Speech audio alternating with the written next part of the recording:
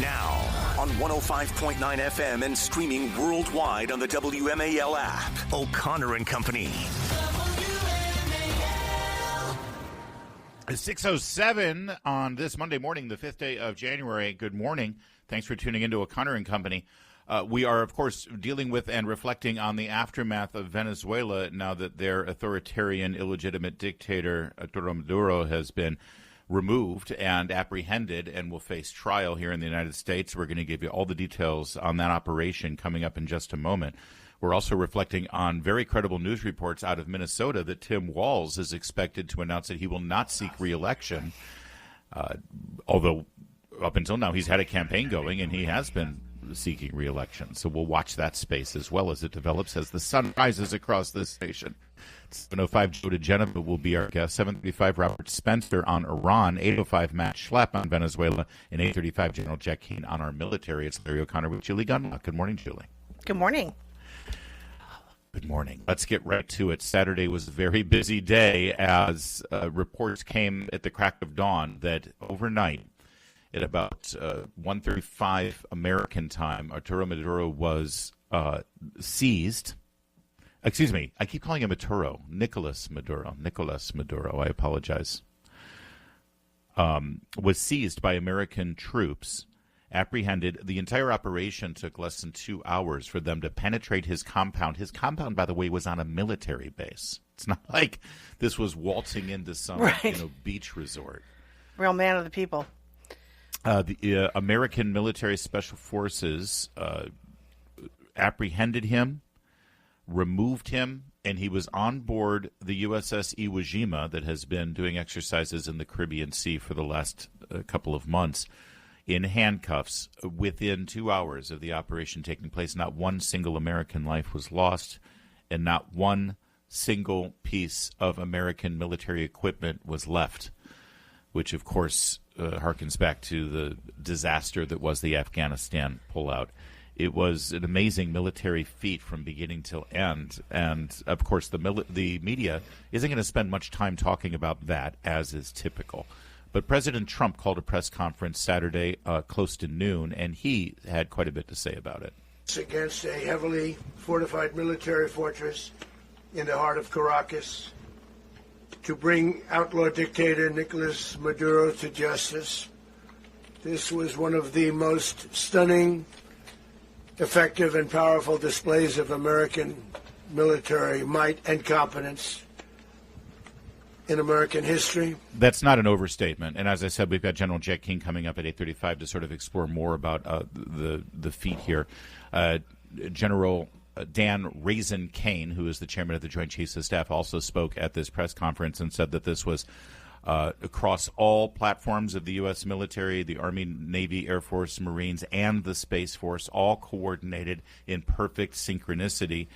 And it was an astounding feat. 150 airships or air equipment, helicopters and airplanes were used, including bombers and fighter jets. And it all went without a hitch. Absolutely amazing. Here's a little bit more from Trump. A single American service member was killed, and not a single piece of American equipment was lost. We had many helicopters, many planes, many people involved in that fight. But think of that, not one piece of military equipment was lost, not one service member was, more importantly, killed. The United States military is the strongest and most fearsome military on the planet by far. With capabilities and skills our enemies can scarcely begin to imagine. We have the best equipment anywhere in the world. Amen to that. And obviously, not only was this a great military action in terms of getting this guy who has been under indictment for crimes against the American people and in international law as well, getting him in custody, and now he'll face justice in an American courtroom, either in New York or Miami. That's still to be determined, according to the president's statement. But it also was a message to Russia, China, and Iran, a unmistakable message to them. As the president continued his statement, though, one item sort of stuck out, I think, from the media's perspective as well as the American people's perspective, which is the old Colin Powell adage, the Pottery Barn rule, when you want to get rid of a dictator. He said this of Saddam Hussein at the time to President George Herbert Walker Bush in the first Gulf War back in 1991. You break it, you bought it. You want to go in there and get rid of this guy, you're now responsible for the aftermath. And President Trump addressed that. So we are going to run the country until such time as we can do a safe, proper, and judicious transition. And it has to be judicious, because that's what we're all about. We want peace, liberty, and justice for the great people of Venezuela, and that includes many from Venezuela that are now living in the United States and want to go back to their country. It's their homeland. And yes, the people of Venezuela took to the streets immediately. The celebrations were emotional and incredible to watch, as well as Venezuelans who have been displaced and living here in America. And that's sort of the big challenge now, Julie, is what's next? How do things now transition to an orderly government where they can have free and fair elections? Will the rule of law be maintained? Will there be some sort of order there as this develops? And who will be providing the force to maintain that order? Will it be American boots on the ground? And will there be the kind of opposition that we saw in Iraq and in Afghanistan? Those are all the questions that need to be answered now, Julie. Yes, I think it's also important to say that the very next day there were some protests in some major cities. And I think it's really important to point out. Here in America. Here in America. Not in Venezuela. Nobody's protesting in Venezuela, no, exactly. By the way. Pro-Maduro.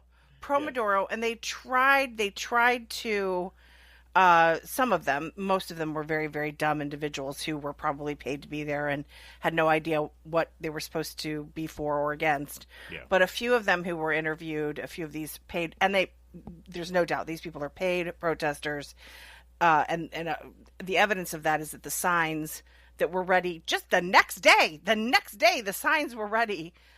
They had obviously been, printed in one place. They were exactly the same size. It was like those, the tents on the university campuses. They were all those green tents, right? Oh, boy, so organic. They all have the exact same tents, Yeah. But I think it's important to say that, some of them tried to say, oh, no, we're against American imperialism, right? We're against America invading Venezuela.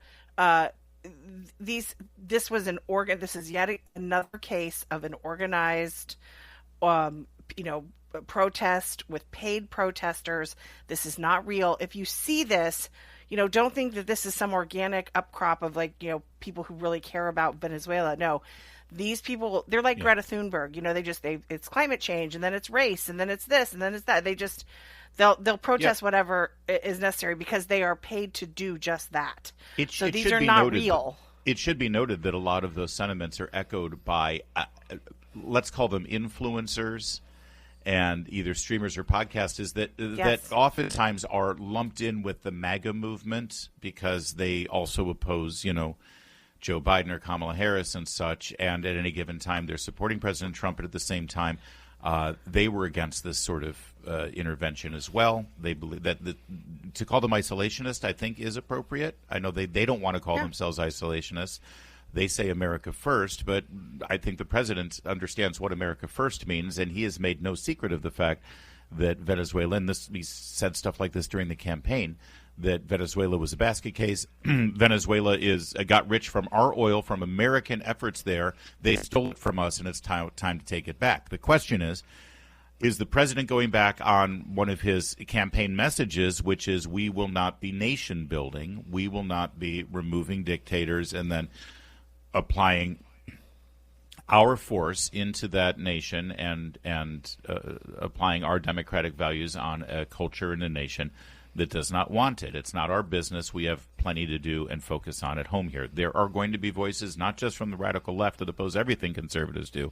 There will be voices sort of within the president's voting bloc that will be saying that as well, and it's an issue that should be addressed. We'll get into it a little later in the morning, and coming up just a moment, more from the president's press conference. You'll hear from Marco Rubio and Pete Hegseth at that press conference as well. Good stuff. But first, it's 6:16. WMAL, making sense of the news. Live from the Home Paramount Pest Control Studios. Home Paramount, the leader in pest control since 1939. Brought to you by the National Air Traffic Controllers Association. We guide you home. NATCA.org. Last night, on the order of the President of the United States, and in support of a request from the Department of Justice, the United States military conducted an apprehension mission in Caracas, Venezuela, to bring to justice two indicted persons, Nicolas and Cecilia Maduro. Nicolas Maduro had his chance until he didn't. He effed around and he found out.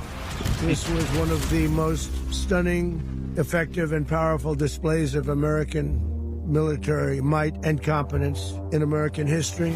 Like, I don't understand yet how they haven't figured this out. And now, if you don't know, now you know. Because this is the way it's going to play out. And I think people need to understand that this is not a president that just talks and does letters and press conferences. And, you know, if he says he's serious about something, he means it. But don't play games. Don't play games with this president's in office, because it's not going to turn out well. A pretty slick montage there of the events this Saturday morning, and that was actually produced and presented by the White House and their digital team. At the press conference, a question was asked about the oil there in Venezuela. And again, just to give you a history lesson, it was American oil companies who approached the government of Venezuela pre-Hugo Chavez and said, hey, we think you've got some pretty substantial minerals here and some oil reserves. We'll spend the money and invest in helping discover it, find it, drill it, bring it up to the ground. You get to share in the profits, Venezuela government. We get to make money. It frees up an oil source that is not Russia or the Saudis and Middle East bad actors.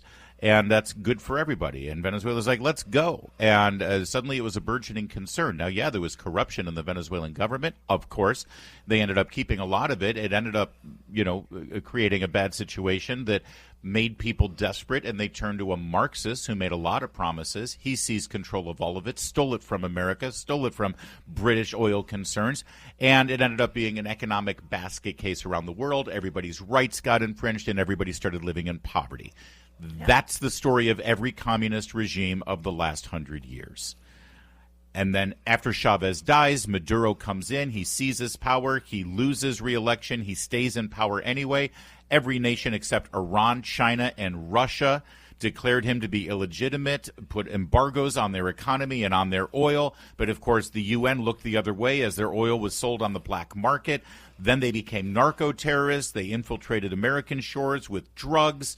And finally, America did something about it. And what you heard there in General Kane's statement, or maybe it was Secretary Hegseth's statement, that at the request of the Justice Department, the military came in. That's the legal basis for this. Everybody's saying that this is unconstitutional, that this is illegal, that this violates federal or international law, or as Mamdani put it, federal international law, which is not a thing. Don't listen to them, because there's already precedent for this. This is exactly what ended up happening under George Herbert Walker Bush in Panama with Manuel Noriega, and the courts absolutely upheld the legal basis for this. Trust me, the Trump administration tried all of this through their legal lens, and I'm sure that there's not going to be any question about the legality of it, but we'll run it off of Joe DeGeneva coming up at 7:05. But that's sort of how we got here. That's and anybody who tells you that this was, look, all you have to do is take a moment and scroll X and listen to what the actual don't listen to the white lady who's like, in Manhattan, okay, briefing Mamdani, right? Yeah. No, listen to the Venezuelans. There were some, Larry, over the weekend, I burst into tears. Some of these videos of families realizing it's over. It's over. They're free, right? They can rebuild their lives and potentially get back what they lost. It was really wonderful. But again, and there's a lot of Venezuelans that are on these platforms trying to educate idiotic Americans. Amen. Yeah. And I know my favorite was, it was translated in Spanish, but somebody in Caracas was interviewed saying, well, what do you think of America coming in here? And they're only here to steal your oil. And he was like, well, what do you think China and Russia and everyone else was doing here? They wanted our recipe for arepas? Well, I do. Actually, I do. Like a good recipe. So speaking of the oil, President Trump was asked by a reporter about the oil. Apparently, we have seized so far 1.9 million barrels of Venezuelan oil that were illicitly on tankers heading out on the black market. Speaking of Venezuela, oil, what are we going to do with the oil that we have? Going to do with what? The oil that has been seized. The United States seized 1.9 million barrels of oil on December 10th. We're going to keep it. We're keeping it. Where's it going? Are we going to sell it or put it in the strategic? Maybe we'll reserve? sell it. Maybe we'll keep it. Maybe we'll use it in the strategic reserves. We're keeping it. We're keeping the ships also. Yeah. We're keeping it, and we're keeping their ships too. By the way, that's what we're going to do. Good for him. All right. What does this mean to the oil markets? What does it mean to the global economy? What does it mean for Russia and China and Iran? By the way, there were. What does it mean for every bad actor on the planet? He was being protected by 30 Cuban nationals from the Cuban military. We'll get into that revelation. Marco Rubio on the Sunday shows, Marco Rubio at the press conference, Marco Rubio having a moment right now. And we'll get into all of it coming up in a moment. It's 6:23. Coming up, more on Venezuela. Keep it here, 6:30. WMAL-FM, Woodbridge, Washington, a Cumulus media station. Making sense of the news. News Talk 105.9. News now. Now on 105.9 FM and streaming worldwide on the WMAL app. O'Connor and Company. Welcome back to work, everybody. It's the 5th day of January. Happy New Year. There's a lot to get to as we're unpacking the events of the weekend and looking forward to what it all means. To that end, at 7:05, we'll speak with Joe DeGeneva about Maduro in New York now. Are they going to keep him in Jeffrey Epstein's cell? He's heading to court, but which court will it be? We'll talk about the legalities of it all coming up in a bit. Also, we're going to speak at 7:35 with Robert Spencer about what's going on in the Persian Street. We're going to speak at 8:05 with Matt Schlapp from CPAP. And then at 8:35, General Jack Keane. It's Larry O'Connor alongside Julie Gunlock. We're just right into it here, Julie. We are. It is. It was an exciting weekend. Yes, it was. And it was certainly an exciting one for Secretary of State Marco Rubio, who, of course, is the child of refugees from Cuba. He has tried to make his focus as Secretary of State in this first year. Well, he's been all over the place, let's face it, with various peace deals that the president wanted to execute in the Middle East and in other countries. And he is always, though, focused quite a bit on Latin America. Many, many conservatives and Republicans have lamented the fact that for decades we have focused on hotspots all around the world and we've neglected our own backyard. And meanwhile, China has increased their influence in a significant way all through the Caribbean, Central America, and into Latin America. Rubio said that he wanted to make sure that Latin America and our backyard was taken care of, and Venezuela is certainly the first step in that regard. This guy had multiple opportunities to find his way somewhere else and figure out another. He could have been living somewhere else right now, very happy, but instead he wanted to play big boy. And so now, he's got other sets of problems on his hands. And but I think that the message here should be for the world. Look, the president doesn't go out looking for people to pick fights with. He's not generally wants to get along with everybody. We'll talk and meet with anybody. But don't play games. Don't play games with this president's in office because it's not going to turn out well. And so I hope that, I guess that lesson was learned last night, and we hope it'll be instructive moving forward. I love that, but the lesson learned is obviously an FAFO moment there. Pete Hegseth literally said he effed around and found out. But then when he said that Maduro wanted to play big boy, I just love that. Yeah. Well, it's absolutely true. Yeah. They gave him multiple off-ramps. They continued a good faith effort to get him out of there, and he refused. Yeah. He also, by the way, Marco Rubio did a very good job of obviously putting his imprint on this operation and on these policies, but never, ever making the mistake of thinking that this was his idea or that he was in charge. This is the President of the United States, is the Commander-in-Chief. He heads things up. And as the President was standing behind him looking on, Rubio said this. The other message here is the following. You have a guy, like many people around the world, they like to play games. You have a guy who decides he's going to invite Iran into his country, is going to, do the confiscation of American oil companies, is going to flood our country with gang members, is going to take Americans prisoner and try to hold them for hostage and trade them like he was able to do with the Biden administration. basically likes to play games all this time and thinks nothing's going to happen. And I hope what people now understand is that we have a president. The 47th president of the United States is not a game player. When he tells you that he's going to do something, when tells you he's going to address a problem, he means it. He actions it. I can tell you, I've watched this process now for 14, 15 years, been around it. Everybody talks. I'm going to do this. I'm going to do that. When I get there, we're going to do this. We're going to take. This is a president of action. Like, I don't understand yet how they haven't figured this out. And now, if you don't know, now you know. Because this is the way it's going to play out. And I think people need to understand that this is not a president that just talks and does letters and press conferences. And, you know, if he says he's serious about something, he means it.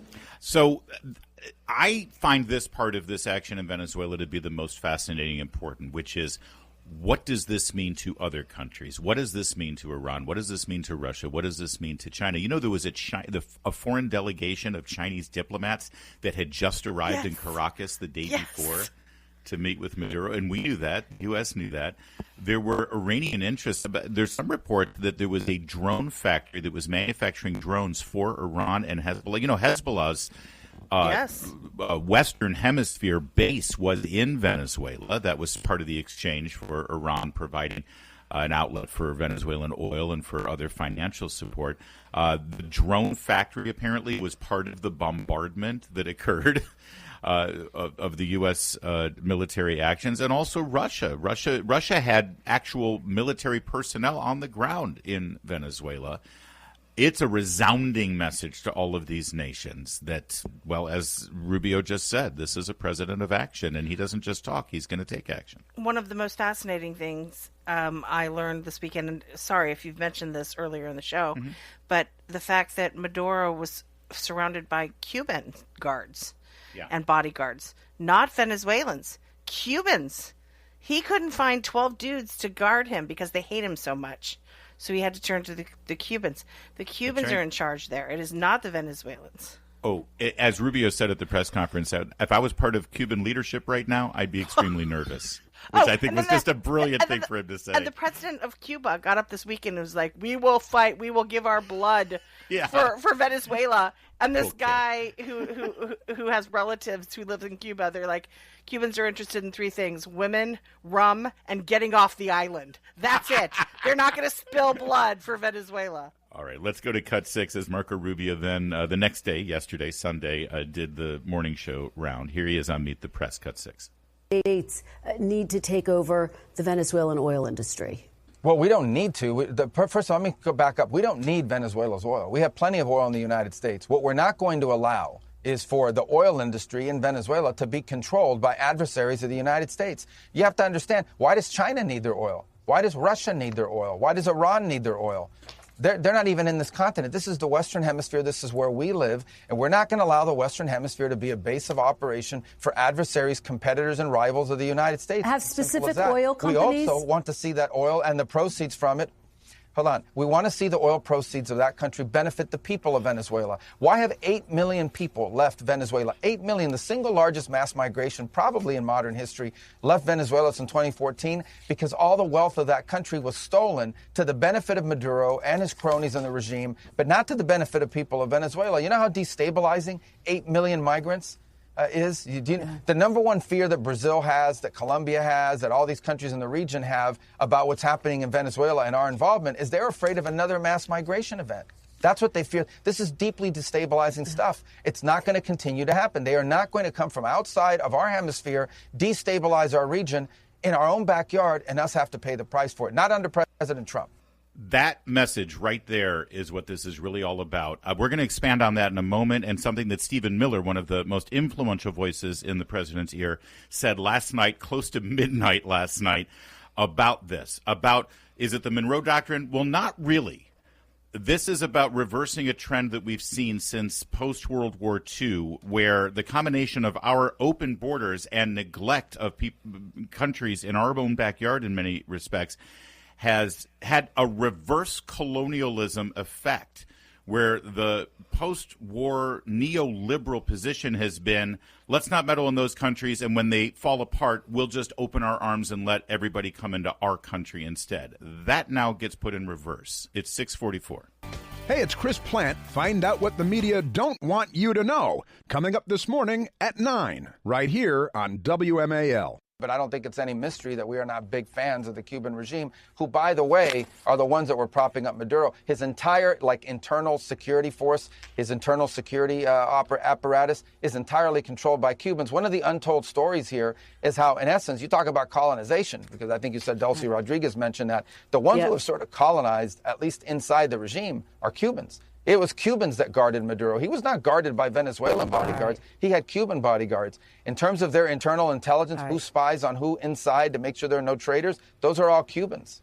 That's an amazing moment yesterday. I meet the press secretary of state, Marco Rubio. You talk about colonization. It was Cuba, it was Russia, it was China. And the people of Venezuela saw that, too. And notice Welker was like, all right. Yeah, exactly. Yeah. Stop with the facts. Let's move on. So here's Stephen Miller. Last night, 11:39 p.m., just sitting there musing, puts this out on X. Stephen Miller, of course, the deputy White House chief of staff, but an incredibly influential voice in the president's ear. In fact, at the press conference on Saturday, standing up in front of the cameras was the chairman of the Joint Chiefs of Staff, the Secretary of War, the President of the United States, the Secretary of State, the Director of the CIA, and Stephen Miller. Okay, so that tells you the sphere of influence here. This is what he posted. Not long after World War II, the West dissolved its empires and colonies and began sending colossal sums of taxpayer-funded aid to these former territories, despite having already made them far wealthier and more successful. The West opened its borders, a kind of reverse colonization, providing welfare and thus remittances, while extending to these newcomers and their families not only the full franchise, but preferential legal and financial treatment over the native citizenry. The neoliberal experiment at its core has been a long self-punishment of the places and peoples that built the modern world. That's an astounding statement.